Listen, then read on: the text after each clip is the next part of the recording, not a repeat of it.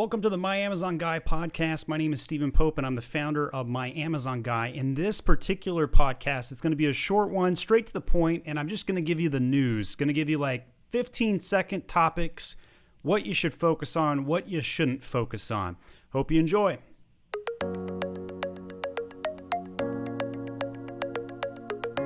All right, topic number one, virtual bundles, which we've had a lot of effort put behind these. They really haven't been effective at all. I highly recommend just ignoring them for the time being. Maybe get one or two up if you really feel inclined and you have extra time on your hands. Nobody does. They've really been a flop. I don't think they're going to head anywhere. One thing I do like about them is they do show the discount on the detail page, which is nice, but nobody's buying them. Nobody's checking it out. Also, there's no cost savings on the logistics, so moving on. Virtual bundles, they are out. What is in is video ads. We've seen some of the best ACoS, advertising cost of spend, on video ads, better than we've seen anywhere else. Very surprising to us.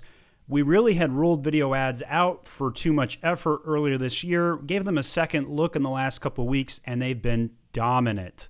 Highly recommend you do video ads right now. NARF is next. That's the North American Remote Fulfillment Program. It's currently in beta. Only about 10% of accounts have access. I think it's going to potentially come out of beta in the next 2 weeks. I met with a Canadian Amazon rep recently who said as such. Whenever I meet with somebody at Amazon, I never actually trust what they're going to say because it's such a siloed organization. I don't believe they actually know what the left hand is doing, if they're the right hand, etc. Nonetheless, be on the lookout for NARF. It's an easy way to take your Amazon FBA US inventory and to sell into Canada and Mexico without dealing with customs, tariffs, and import duties, with about 3% sales growth by flipping a switch. So it's definitely worthwhile.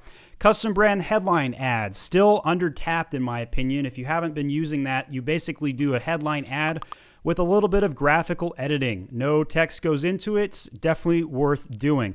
Display ads, category targeting, still a great under-tapped area. Highly recommend it.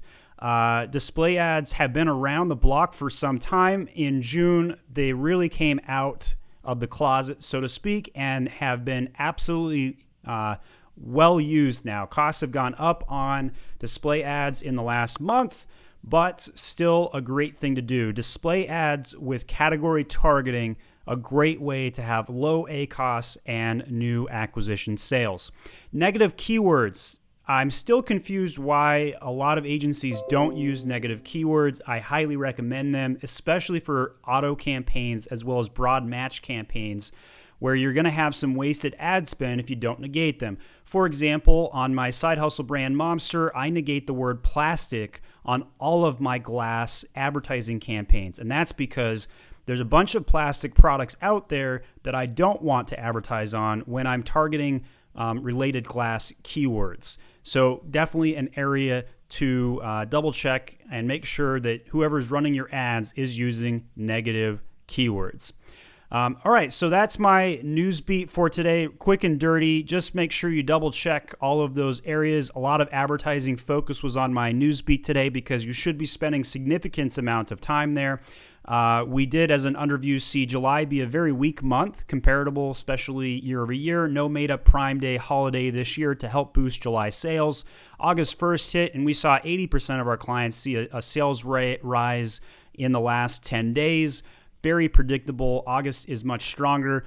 Despite the fact that we're not really sure how much of the country is going back to school, people are definitely not vacationing anymore, and sales are definitely trending up. So I do expect Q4 to be amazingly strong this year. Make sure you've got plenty of stock. You will see competitors stock out this year. I predict a Q4 that's going to be 100% up year over year.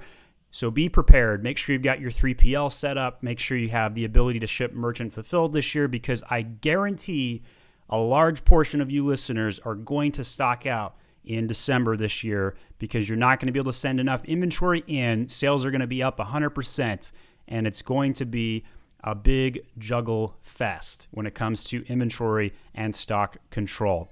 All right, good luck, guys. Let me know if you have any topics you want me to cover. Leave a comment on the video on YouTube or send me an email, steven@myamazonguy.com, if there's any topics that would be interesting to you.